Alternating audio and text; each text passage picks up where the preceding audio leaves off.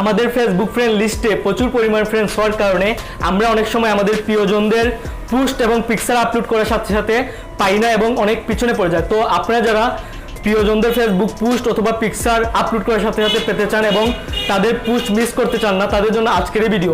তো আজকের এই ভিডিওতে আমি আপনাদেরকে দেখাবো সবার আগে আপনাদের প্রিয়জনদের পোস্ট আপলোড করার সাথে সাথে কিভাবে পাবেন। তো এখন আমি আপনাদেরকে স্ক্রিনে গিয়ে দেখাবো আপনারা কিভাবে পোস্টগুলো সবার আগে পাবেন। তো স্ক্রিনে যাওয়ার আগে আমি আরেকটা কথা বলে রাখি, আমাদের এই ভিডিওটা যদি আপনাদের কাছে ভালো লাগে তাহলে অবশ্যই লাইক কমেন্ট করবেন এবং সাবস্ক্রাইব করতে ভুলবেন না, আর পাশে থাকা বেল আইকনটি করে দিবেন ওকে, নতুন ভিডিওর নোটিফিকেশন পেতে। তো চলুন শুরু করা যাক ইন্ট্রোর পর।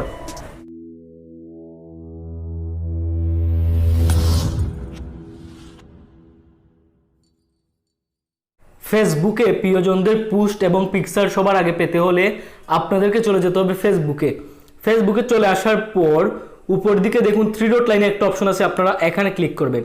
ক্লিক করার পর নিচে চলে আসবেন, আসার পর দেখুন সেটিং অ্যান্ড প্রাইভেসি বলে একটা অপশন আছে, আপনারা এখানে ক্লিক করবেন। তারপর আবারও সেটিংয়ে ক্লিক করবেন।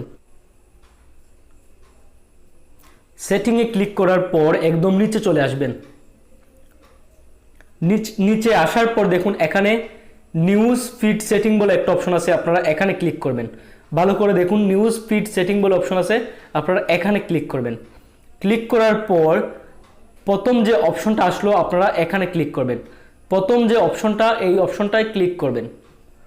প্রথমটায় ক্লিক করার পর দেখুন এখানে কিন্তু আপনাদের ফেসবুকের ফ্রেন্ডস, তারপরে ফেসবুকের গ্রুপ, তারপরে পেজ সবগুলোই কিন্তু এখানে আসবে। তো আপনাদের যাদের ভালো লাগে বা আপনাদের যাদেরকে প্রিয় মনে করেন তাদের পোস্ট সবার আগে পেতে হলে মানে তারা যখনই আপলোড করবে তখনই কিন্তু আপনারা পেয়ে যাবেন। তো আপনারা যদি এখানে ক্লিক করেন তাহলে কিন্তু মার্ক হয়ে যাবে। তো আপনাদের যাদের ভালো লাগবে তাদেরকে কিন্তু এখানে মার্ক করতে পারবেন, তাহলে আপনারা সবার আগে তাদের পোস্ট এবং পিকচার আপলোড করার সাথে সাথে কিন্তু পেয়ে যাবেন।